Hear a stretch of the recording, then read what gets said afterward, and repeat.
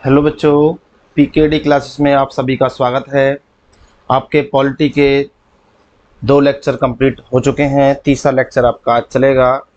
और बच्चों, जो हम लेक्चर पढ़ाएंगे इस लेक्चर का जो पीपीटी है पीडीएफ फॉर्म में आपको इस चैनल में लिंक नीचे दिया जाएगा, इस क्लास के नीचे। तो उस लिंक पर आप क्लिक करके हमारे टेलीग्राम चैनल को ज्वाइन कर सकते हो। तो बच्चों देखिए, आपको जो पढ़ाया गया है उससे आगे आप समझने का प्रयास करें। हमने आपको बताया था कल पिछली क्लास में जो बताया है, उसके बाद देखिए कि संसद के द्वारा पारित विधेयक के संदर्भ में राष्ट्रपति के पास 3 विकल्प होते हैं। हमने कल बताया था आपको कि 3 विकल्प कौन कौन से हैं। पहला विकल्प है आपका कि वो सहमति दे दे, दूसरा विकल्प है कि सहमति ना दे, मना कर दे, और तीसरा विकल्प है पुनर्विचार के लिए भेज दे। ये आपके 3 विकल्प हमने समझाए थे आपको, ठीक है। तो उन तीनों विकल्पों को ही देखते हुए आज आपकी क्लास है, आप समझने का प्रयास करें। आपने पिछली क्लासों को ध्यानपूर्वक देखा होगा। तो इसमें संसदीय प्रक्रिया में विधेयक के 3 मौलिक कर्तव्य होते हैं। 3 मौलिक प्रारूपों को देखा जा सकता है। 3 मौलिक प्रारूपों को आप देखा जा सकता है। इसमें पहला क्या है कि साधारण विधेयक। पहला है आपका साधारण विधेयक, दूसरा है धन विधेयक, और तीसरा है संविधान संशोधन विधेयक। तो बच्चों देखिए कि जब राष्ट्रपति के पास 3 ऑप्शन होते हैं, कि 3 ऑप्शन, पहला हमने आपको बताया था कि सबसे पहले वो सहमति दे दे, कि यदि उसने सहमति दे दी तो सहमति इन तीनों में से किस किस पर दिया जा सकता है। तो सहमति जो दी जा सकती है आपकी, पहला है साधारण विधेयक, इस पे दी जा सकती है। दूसरा है आपका धन विधेयक, इस पे दी जा सकती है। और तीसरा है आपका संविधान संशोधन विधेयक। यदि सहमति दी जाएगी तो तीनों पे सहमति दी जाएगी, ठीक है। सहमति तीनों पे मिल जाएगी। ध्यान दें बात को कि सहमति जो देने का प्रारूप है वो तीनों पर है। आपका पहला साधारण विधेयक, देखो हमने 1 नंबर से रिप्रेजेंट कर रखा है, दूसरा धन विधेयक, और तीसरा संविधान संशोधन विधेयक। समझने का प्रयास करें, यहाँ पर बहुत अच्छा पॉइंट आएगा। ये आपका समझने वाला पॉइंट है बी पॉइंट। बी पॉइंट में क्या बताया था हमने आपको कि सहमति ना दे, सहमति ना दे। जब सहमति नहीं देगा तो किस पे नहीं देगा सहमति।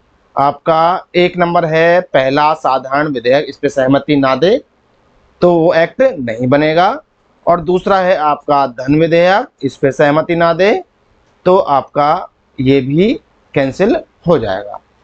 सहमति ना देने का मतलब है कि बिल्कुल खत्म, कोई प्रक्रिया नहीं होगी दोबारा उसमें। संसद से पास होके आया और वो राष्ट्रपति ने उस पर सहमति नहीं दी तो वो बिल्कुल कैंसिल हो गया, ठीक है। अब आप देखिए तीसरा पॉइंट आपका, तीसरा है सी। सी में आपको बताया पुनर्विचार के लिए भेज दे, पुनर्विचार, पुनर्विचार के लिए भेज दे वो। अब पुनर्विचार में क्या कंडीशन होगी, ओनली जो 1 है पहला साधारण विधेयक, साधारण विधेयक, सिर्फ इसको पुनर्विचार के लिए भेजा जा सकता है, सिर्फ पहले वाले को।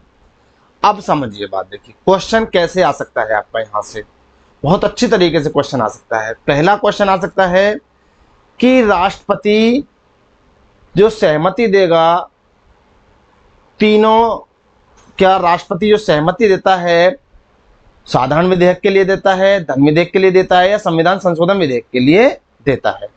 तो आपको पता है सहमति देने वाला जो ऑप्शन है उनके लिए वो क्या है आपका, तीनों पर है। देखिए पहला साधारण विधेयक, दूसरा धन विधेयक, और तीसरा संविधान संशोधन विधेयक। तीनों ही ऑप्शन आपके सही हो जाएंगे, ठीक है। सहमति देने वाली प्रक्रिया में जब सहमति वो दे रहा है तो तीनों पर देगा।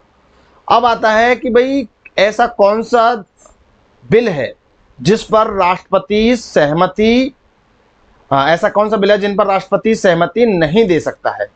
तो नहीं दे सकता है कौन कौन सा, देखिए 1 और 2। 1 और 2 पे कौन सा है, पहला है साधारण विधेयक, दूसरा धन विधेयक। इन पर राष्ट्रपति सहमति नहीं दे सकता, ठीक है, तो वो खत्म हो जाएंगे। यदि सहमति नहीं दी उन्होंने तो खत्म हो गए वो। लेकिन यहीं से क्वेश्चन आया कि ऐसा कौन सा बिल है, ऐसा कौन सा बिल है जिस पर राष्ट्रपति सहमति नहीं दे सकता की कंडीशन नहीं है। तो अब देखिए, सहमति नहीं देने वाली जो कंडीशन है वो आपके धन विधेयक पर नहीं है। इस पर राष्ट्रपति सहमति देने से मना नहीं कर सकता है। इस पर राष्ट्रपति सहमति देने से मना नहीं कर सकता। संविधान संशोधन विधेयक बिल यदि आता है तो राष्ट्रपति मना नहीं कर सकता है। क्या कहेगा उसके लिए? सिर्फ और सिर्फ आपका सहमति देगा। देखो क्वेश्चन यहां से बनता है कि ऐसा कौन सा बिल है जिस पर, देखो नेगेटिव भी पूछ सकता है और पॉजिटिव भी। पॉजिटिव कैसे पूछेगा कि ऐसा कौन सा बिल है जिस पर राष्ट्रपति को सहमति देनी ही होगी। कौन सा बिल है? संविधान संशोधन विधेयक बिल आपका ऐसा बिल है जिस पर राष्ट्रपति को क्या देनी होगी? सहमति देनी ही होगी। ऐसा कौन सा बिल है जिस पर राष्ट्रपति सहमति देने से इनकार नहीं कर सकता है? तो वो कौन सा है? देखिए, वो भी आपका संविधान संशोधन विधेयक बिल है। नेगेटिव और पॉजिटिव दोनों तरह से आपका पूछा जा सकता है।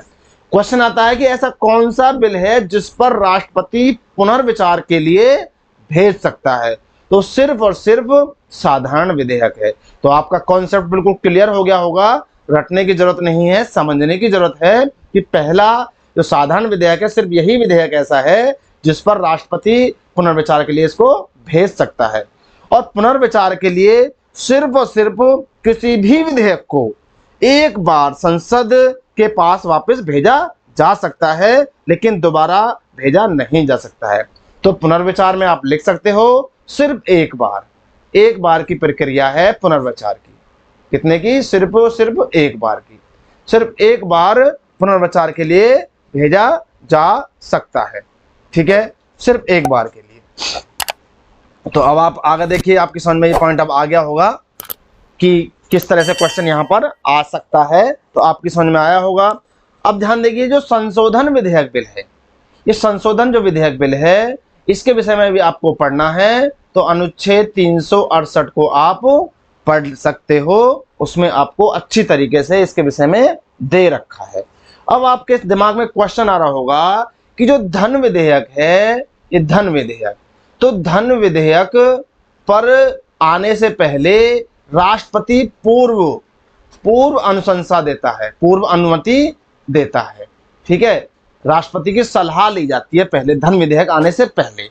अब आप समझ रहे होगे, दिमाग में आपके में आ रही होगी बात कि जब धन विधेयक पर राष्ट्रपति ने पहले ही अनुमति दे दी, तो फिर उसको कैंसिल करने का अधिकार उनको कहां से है?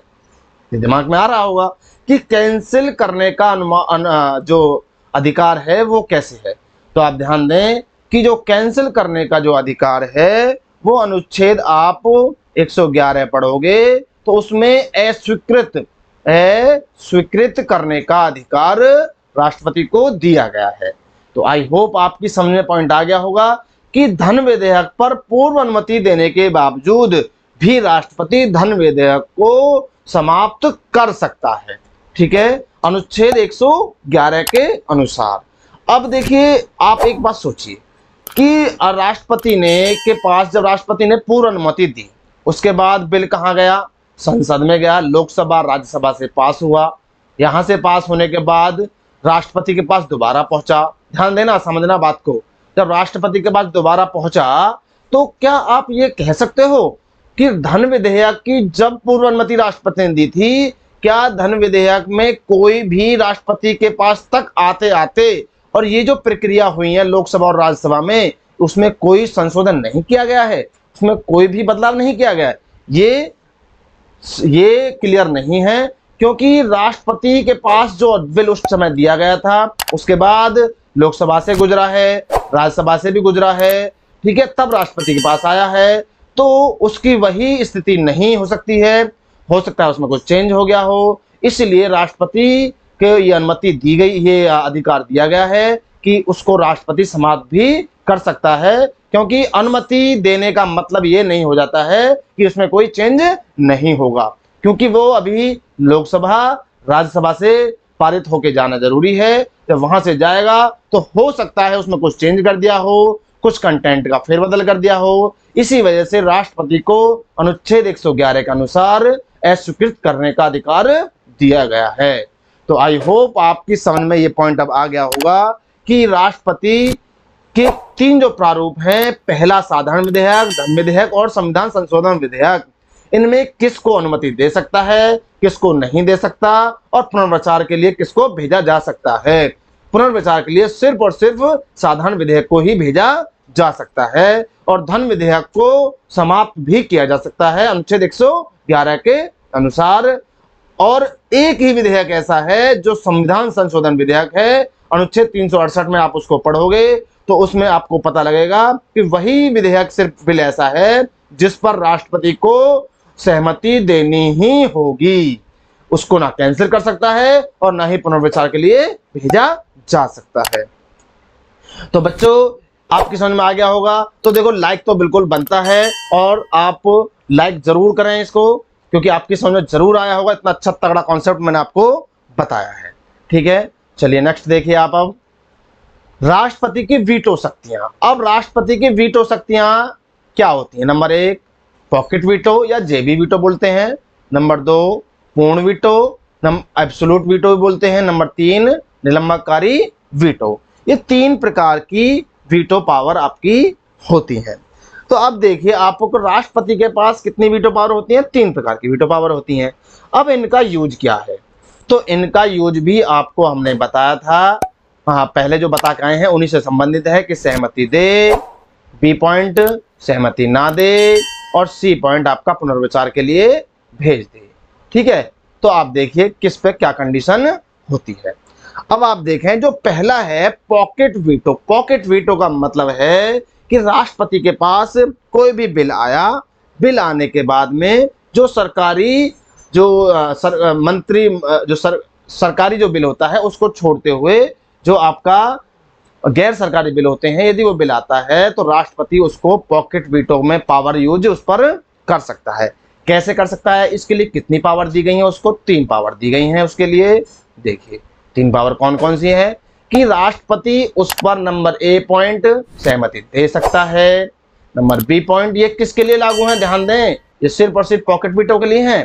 ठीक है, राष्ट्रपति उसको कैंसिल कर सकता है और राष्ट्रपति पुनर्विचार के लिए भेज सकता है। अब ये बात आपको समझ में आ चुकी होगी, लेकिन अब आप एक चीज देखिए कि एक चीज और ध्यान पूर्वक समझें कि पॉकेट वीटो में यदि राष्ट्रपति सहमति दे रहा है, कोई बिल उसके पास पहुंचा, तो उसमें कोई टाइम लिमिट नहीं है। No time limit, no time limit. ठीक है, अर्थात कोई भी टाइम लिमिट नहीं है कि कितने समय में सहमति दे। सिर्फ और सिर्फ उसमें यह लिखा हुआ है कि राष्ट्रपति जल्द से जल्द सहमति, असहमति या पुनर्विचार के लिए अपना निर्णय दे। बस ये लिखा हुआ जल्द से जल्द। अब जल्द से जल्द क्या हो सकता है? 1 मिनट भी हो सकती है, 1 सेकंड भी हो सकती है, 1 घंटा भी हो सकता है, 1 दिन भी हो सकता है, 10 दिन भी हो सकते हैं, महीने भी हो सकता है, साल भी हो सकता है, 10 साल भी हो सकता है। ठीक है, 20 साल 50 साल कुछ भी हो सकता है, कोई टाइम लिमिट नहीं है। ध्यान दें मेरे पॉइंट पर, जो मैं समझा रहा हूं उस पर कोई भी टाइम लिमिट नहीं है। ये बात आपकी समझ में, आपने किताबें में बहुत पढ़ा होगा, लेकिन ये बात समझ में हो सकता है ना आई हो कुछ बच्चों की में, तो यहां समझ लें कि कोई भी टाइम लिमिट नहीं है सहमति देने की। समझ गए बात? आपको कोई भी टाइम लिमिट नहीं है कि भाई सहमति जल्द से जल्द आप दीजिए। दूसरा पॉइंट क्या है पॉकेट वीटो पर ही कि वो सहमति ना दे, इस पर भी कोई टाइम लिमिट नहीं है कि वो सहमति दे या ना दे, कोई जैसे उस पर टाइम लिमिट नहीं है। तीसरा पॉइंट पुनर्विचार, पुनर्विचार के लिए भेज दे। ठीक है, कोई टाइम लिमिट नहीं है कितने समय पुनर्विचार के लिए भेजा जाए, कितने समय में नहीं भेजा जाए, इसीलिए इसको क्या कहते हैं? पॉकेट वीटो कहते हैं। तो पॉकेट वीटो में आपके 3 ऑप्शन उनसे हैं, 3 ऑप्शन दिए गए हैं। नंबर 1 सहमति दे दे, नंबर 2 सहमति ना दे, नंबर 3 पुनर्विचार के लिए भेज दे। सिर्फ और सिर्फ पॉकेट वीटो के लिए ये 3 पावर दी गई हैं। किसको? राष्ट्रपति को 3 वीटो पावर है। आई बात समझ में आपकी में? तो क्वेश्चन आपका किसी भी तरह से बने आप निकाल सकते हो कि पॉकेट वीटो में या जेबी वीटो में राष्ट्रपति के पास कौन कौन से प्रावधान है या कौन कौन सी शक्तियां हैं, सहमति दे, सहमति ना दे, पुनर्विचार के लिए भेज दे, तीनों ही आपके हैं। दूसरा पॉइंट, पूर्ण वीटो। पूर्ण वीटो का मतलब है सिर्फ इस पर कौन सी शर्त लागू है, सिर्फ और सिर्फ आपकी सहमति ना दे, बस। अब सहमति ना दे, कितने समय में ना दे, लिमिट नहीं है कुछ भी। तो आप देख लीजिए एब्सोल्यूट वीटो का मतलब क्या है, सहमति ना दे, सिर्फ एक ही पावर है, कौन सी, सहमति ना दे, कैंसिल। तो कैंसिल, खत्म, ठीक है। एब्सोल्यूट वीटो का मतलब बिल्कुल सहमति नहीं दी तो खत्म हो गया, मामला खत्म, कोई उस पर तीनों पार्ट नहीं यूज करे जाएंगे। निलंबनकारी वीटो, निलंबनकारी वीटो में आप, इसका मतलब है सस्पेंस, अर्थात पुनर्विचार के लिए वो भेज दे, पुनर्विचार के लिए भेज दे। अब पुनर्विचार आपको बताया गया है कि पुनर्विचार के लिए सिर्फ और सिर्फ एक बार की पावर दी गई है राष्ट्रपति को, दोबारा उसको उस पर साइन करने होंगे। लेकिन आपको बताया गया है, पीछे मैंने बताया है कि उसका मतलब ये नहीं है कि राष्ट्रपति उसको लिए सहमति के लिए बाध्य है, ठीक है। पुनर्विचार के बाद मतलब ये नहीं है कि सहमति देने के लिए ही बाध्य है, ठीक है, ये आपको पहले बता दिया गया है। तो वीटो आपकी समझ में आ चुका होगा। लेकिन अब आप इस चीज को समझिए, राष्ट्रपति, ध्यान दें, राष्ट्रपति का जब चुनाव होता है तो वो जब चुनाव होता है तो वो राजनीतिक रूप में होता है। किसके रूप में होता है, ध्यान दें, राजनीतिक रूप में होता है राष्ट्रपति का जब चुनाव होता है। कैसे, आप समझ के देखिए कि जब राष्ट्रपति को चुनाव होता है तो जो जिसकी पावर, जो प्रधानमंत्री होगा, जो मंत्रिमंडल होगा, जो जिसकी सरकार होगी, उसके अकॉर्डिंग ही राष्ट्रपति चुना जाता है। लेकिन आप ये देखिए, जब राष्ट्रपति चुन जाता है तो वो गैर राजनीतिक पद बन जाता है। कैसा बन जाता है, गैर राजनीतिक पद।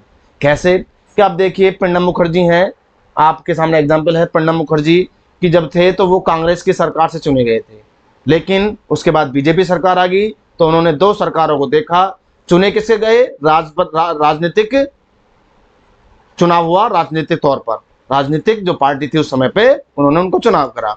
लेकिन उसके बाद पार्टी दूसरी आ गई, ठीक है, बीजेपी आ गई, तो राष्ट्रपति क्या हो गया, उन्होंने दोनों सरकारों को देखा तो वो गैर राजनीतिक हो गया। उनके लिए दोनों ही सरकारों से कोई मतलब नहीं है, उनका मतलब है सिर्फ अपने पद की गरिमा बनाए रखना, ठीक है। तो राष्ट्रपति का जो चुनाव होता है वो तो राजनीतिक होता है, लेकिन उसके बाद जब वो पद को धारण कर लेते हैं तब उनके लिए कोई राजनीतिक नहीं होता, उनके लिए वो पद कैसा हो जाता है, गैर राजनीतिक हो जाता है, क्योंकि उनके लिए सभी क्या हो जाता है, समान हो जाते हैं। चाहे वो कांग्रेस हो, कांग्रेस की सरकार आ जाए, चाहे बीजेपी की सरकार आ जाए। आपके सामने एग्जाम्पल हमने दे दिया है, ठीक है। प्रणब मुखर्जी आपके सामने एक एग्जाम्पल है जिन्होंने क्या देखा था, दो सरकारों को देखा था, ठीक है। तो अब आप एक बात और यहां समझें कि राष्ट्रपति ये देखिए राष्ट्रपति हैं और ये हैं आपके प्रधानमंत्री, ठीक है।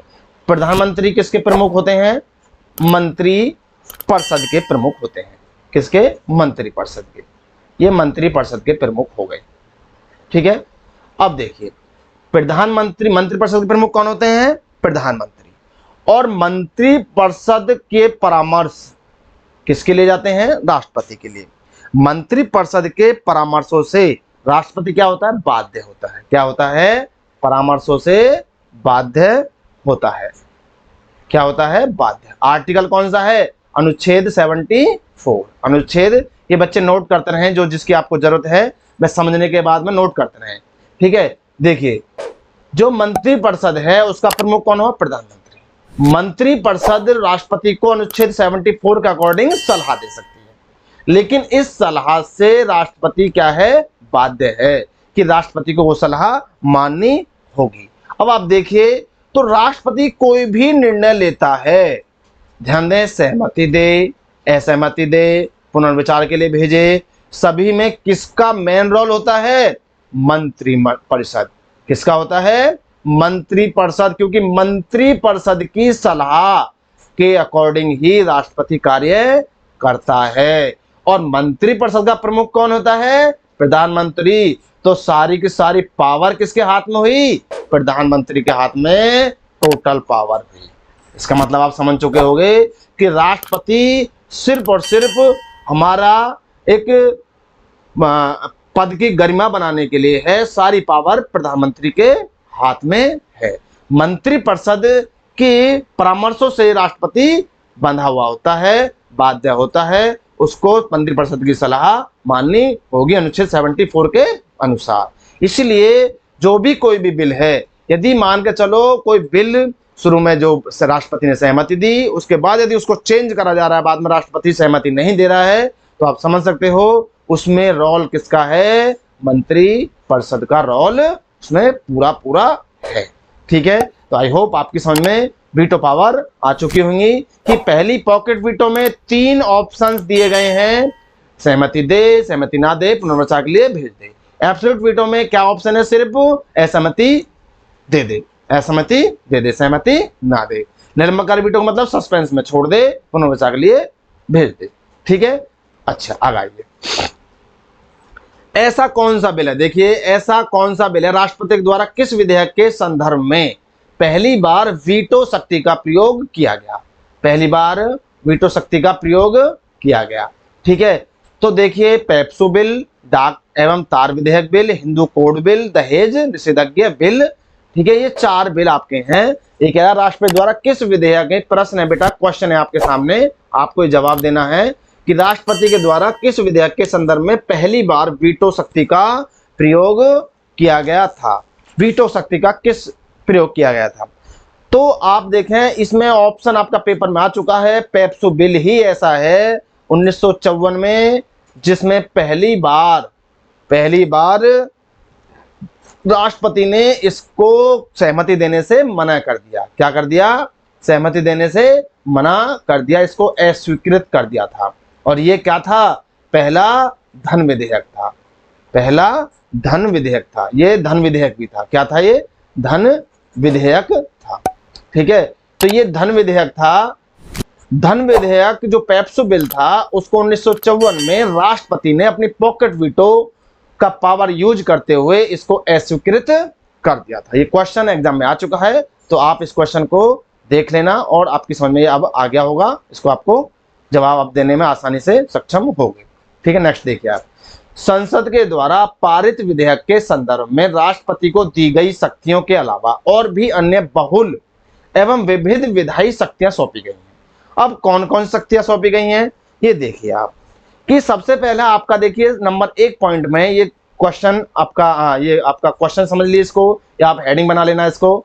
ठीक है, संसद के सत्र को बुलाना, पहला पॉइंट आपका क्या है कि राष्ट्रपति संसद के सत्र को बुला सकता है। ठीक है, संसद के जो सत्र होते हैं उनको बुलाता है, सत्रावसान करना। ठीक, ये पॉइंट आप लिख सकते हो कि संसद के राष्ट्रपति की जो शक्तियां हैं, अन्य शक्तियां हैं, वो क्या क्या हैं, संसद के सत्र को बुलाना है, सत्रावसान करना है, लोकसभा को भंग करने का अधिकार राष्ट्रपति के पास है। तो ये पॉइंट आप लिख सकते हो कि भाई संसद के सत्र को बुलाना, ठीक है, सत्र को बुलाना, सत्रावसान करना, ठीक है, सत्रावसान करना है ना, और आपका लोकसभा को भंग करना, लोकसभा को क्या करना, भंग करना। ये पहले पॉइंट में आप लिख सकते हो कि ये उसकी शक्तियां हैं, विधायी शक्तियां हैं, जो राष्ट्रपति को विधायी शक्तियां सौंपी गई हैं। नंबर 1 में आप लिख सकते हो संसद का सत्र को बुलाना, सत्रावसान करना, लोकसभा को भंग करना। दूसरा पॉइंट देखिए, दूसरा पॉइंट है धन विधेयक एवं अन्य विशिष्ट मतलब विशेष, कुछ विशेष शक्तियां भी दी गई हैं। विशिष्ट विधेयकों को संसद के समक्ष प्रस्तुत करने हेतु राष्ट्रपति की पूर्व अनुशंसा का होना। अब धन विधेयक पर आपको बताया गया था कि धन विधेयक पर राष्ट्रपति पूर्व अनुशंसा दी जाती है, और कुछ विशिष्ट विधेयक भी होते हैं जिन पर राष्ट्रपति की पहले अनुमति लेनी जरूरी होती है। तो आप ये लिख सकते हो कि राष्ट्रपति धन विधेयक पर पूर्व अनुशंसा देता है, और अन्य भी जो विशिष्ट विधेयक हैं उन पर भी पूर्व अनुशंसा उसका देने का अधिकार या विधायी शक्ति उनकी है।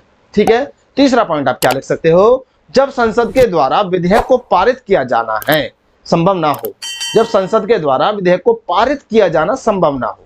अब संसद ने के द्वारा विधेयक पारित नहीं हो पा रहा है, क्या नहीं हो पा रहा है, विधेयक पारित नहीं हो पा रहा है, संसद का सत्र उस समय नहीं है, क्या नहीं है, संसद का सत्र उस समय नहीं है। तो राष्ट्रपति क्या करे ऐसा कि वो विधेयक पारित हो जाए। ठीक है, तो राष्ट्रपति क्या करेगा, राष्ट्रपति अध्यादेश जारी करेगा। क्या करेगा, अध्यादेश जारी करेगा। और अध्यादेश किसके अकॉर्डिंग करेगा, अनुच्छेद 123 के अनुसार राष्ट्रपति अध्यादेश जारी करेगा। तो आप तीसरा पॉइंट लिख सकते हो कि जब संसद द्वारा जो विधेयक है वो पारित ना किया जाए, ना किया जाना संभव हो, अर्थात संसद का सत्र ना हो, तो राष्ट्रपति अध्यादेश बुला सकता है। या आप डायरेक्ट लिख सकते हो कि अध्यादेश का बुलाना अनुच्छेद 123 के अकॉर्डिंग। ठीक है, तो राष्ट्रपति अध्यादेश बुला सकता है किसके लिए? जब संसद में कोई विधेयक पारित होना हो और सत्र ना हो। ठीक है, अगला पॉइंट, राष्ट्रपति को यह अधिकार है कि लोकसभा में अधिक से अधिक 2 एंग्लो इंडियन, आपको हमने बताया था कि राष्ट्रपति अधिक से अधिक लोकसभा में 2 एंग्लो इंडियन मनोनीत कर सकता है। कब कर सकता है? अगर इस समुदाय जो एंग्लो इंडियन है उसका जो समुदाय है उसका प्रतिनिधित्व पर्याप्त ना हो, अर्थात को प्रतिनिधित्व करने वाला ना हो, तो 2 एंग्लो इंडियन वो कर सकता है। और आपको हमने बता दिया था कि ये 25 जनवरी 2020 में आपका समाप्त कर दिया गया है। अब आपका ये समाप्त कर दिया गया, ये हम आपको पहले ही बता चुके हैं। ठीक है, तो आपकी समझ में आ चुका होगा कि राष्ट्रपति, इस पॉइंट को भी आप लिख सकते हो कि राष्ट्रपति को यह अधिकार है कि लोकसभा में अधिक से अधिक 2 एंग्लो इंडियन, सिर्फ आपको इतना पॉइंट ध्यान रखना है कि अधिक से अधिक 2 एंग्लो इंडियन, ठीक है, एंग्लो इंडियन आप राष्ट्रपति कब कर सकता है? जब इनके जो समुदाय है उसका प्रतिनिधित्व करने वाला कोई व्यक्ति ना हो। ठीक है, चलिए अगला पॉइंट आप देखिए, आप नेक्स्ट पॉइंट लिख सकते हो, राष्ट्रपति के द्वारा राज्यसभा में 12 सदस्यों को मनोनीत किया जा सकता है। अब आपको अभी पीछे बताया हमने कि भाई राष्ट्रपति की जो मनोनीत करने वाली कंडीशन होती है, आपकी लोकसभा में कितनी होती है? 2 व्यक्ति, और राज्यसभा में कितनी होती है? आपके 12 व्यक्ति। ठीक है, तो ये पॉइंट आप लिख सकते हो कि भाई लोकसभा में 2 व्यक्ति एंग्लो इंडियन, जब प्रतिनिधित्व करने वाला उनके समुदाय को कोई व्यक्ति ना हो तो आप राष्ट्रपति 2 एंग्लो इंडियन कर सकता है। और 12 व्यक्ति राष्ट्रपति राज्यसभा में कर सकता है, जो किस किस में पारंगत होने चाहिए। ठीक है, वो आपको पता होगा, हम पहले बता चुके हैं पहली क्लास में, कला, विज्ञान, साहित्य एवं समाज। ये व्यक्ति कला में होने चाहिए पारंगत, विज्ञान में होने चाहिए, ठीक है, और समाज सेवा में होने चाहिए, और इनको या कोई विशेष अनुभव हो। ठीक है, तो राष्ट्रपति इनको क्या करता है? मनोनीत करता है। तो ये राष्ट्रपति की विशेष क्या है? शक्तियां दी गई है। अगला है, राष्ट्रपति संसद के समक्ष अभिभाषण प्रस्तुत कर सकता है। ठीक है, अब संसद को संदेश भी भेज सकता है। अब देखिए, ये पॉइंट लिख सकते हो, राष्ट्रपति संसद के समक्ष अभिभाषण देता है। आपने देखा होगा कि राष्ट्रपति जब अभिभाषण प्रस्तुत करता है, संसद को संदेश भी भेज सकता है। वो कई अवसरों पर देता है। तो देखिए, राष्ट्रपति 2 अवसरों पर अभिभाषण प्रस्तुत करता है, सिर्फ और सिर्फ 2 अवसर हैं जिन पर विशेष अभिभाषण देता है। विशेष, है ना, आप सुनते भी होंगे कई बार कि विशेष जो अभिभाषण होता है वो राष्ट्रपति स्पेशल आता है और संसद के में खड़ा होकर राष्ट्रपति विशेष अभिभाषण को देते हैं। कैसे? देखिए, प्रत्येक वर्ष के प्रथम सत्र में, देखिए ध्यान दें, जब भी वर्ष शुरू होगा उसके प्रथम सत्र में, आपके प्रथम सत्र के शुरू होने पर ही राष्ट्रपति विशेष अभिभाषण अपने देते हैं कि भाई सरकार ने ये करा, वो करा, ये करा, देंगे। सब सरकार किसके कहने पर ही? मंत्रिपरिषद के परामर्श के आधार पर ही वो अभिभाषण देते हैं। ये हम आपको पहले भी समझा चुके हैं। सारी पावर मंत्रिपरिषद के और मुखिया प्रधानमंत्री के हाथों में होती है। ठीक है, अगला पॉइंट क्या है? दूसरी क्या कंडीशन है कि नई लोकसभा, जब भी नया लोकसभा बनेगा, ध्यान दें, नई लोकसभा का गठन होगा, उसके उपरांत संसद का जो प्रथम सत्र होगा उसका, देखो, एक तो वर्ष के शुरुआत के सत्र में पहला सत्र होगा, एक जो नई जो लोकसभा है उसका जब गठन होगा तो उसके प्रथम सत्र के शुरू के समय में ही राष्ट्रपति क्या देंगे? अपना अभिभाषण देते हैं। तो ये 2 पॉइंट आप विशेष ध्यान रखना कि राष्ट्रपति विशेष अभिभाषण कब देते हैं। एक तो जो वर्ष है उसके शुरुआती सत्र में, एक नया जो लोकसभा गठन होता है उसका जो प्रथम सत्र शुरू होगा उसके समय में।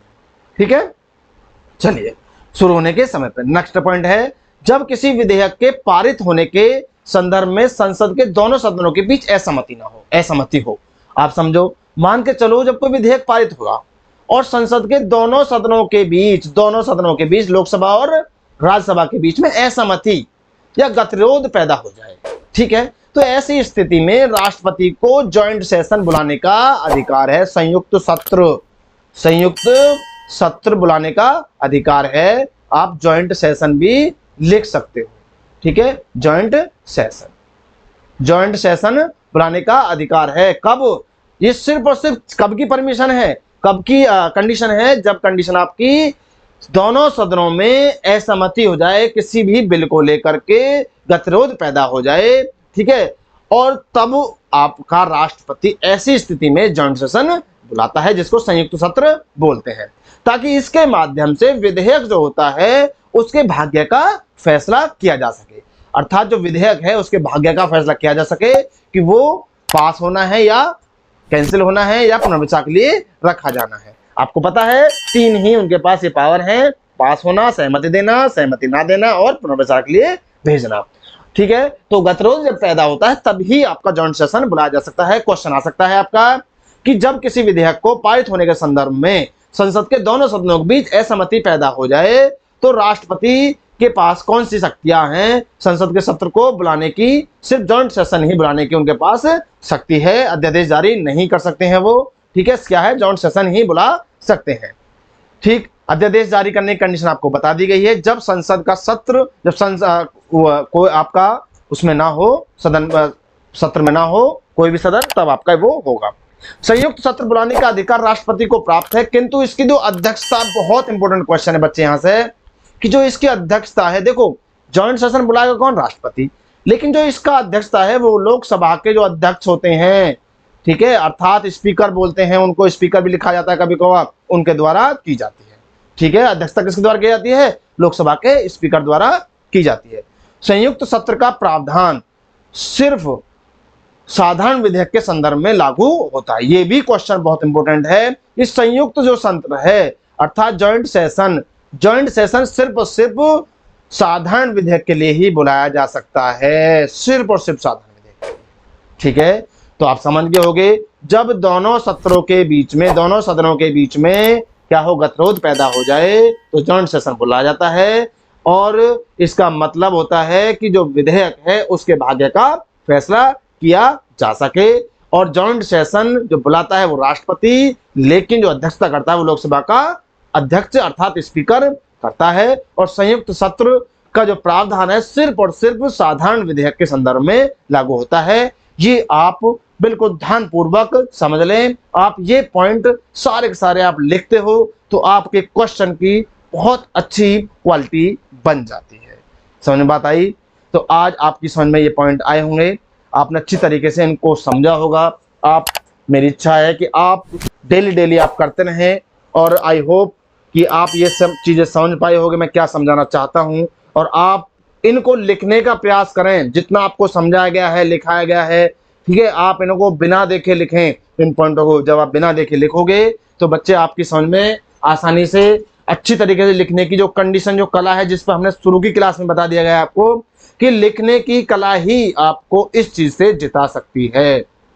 तो आप लिखें। और एक आज आपको ये 3 लेक्चर आपके खत्म हुए हैं। 3 लेक्चर के बाद हम आपको आज एक असाइनमेंट देते हैं, उस असाइनमेंट को आपको लिखना है, ठीक है। पहले तो आप देख के लिखोगे, ध्यान दें, पहले आप देख के लिखना, समझ में नहीं आ रहा हो देख के लिखें, और फिर आप बिना देखे लिखने का प्रयास करें।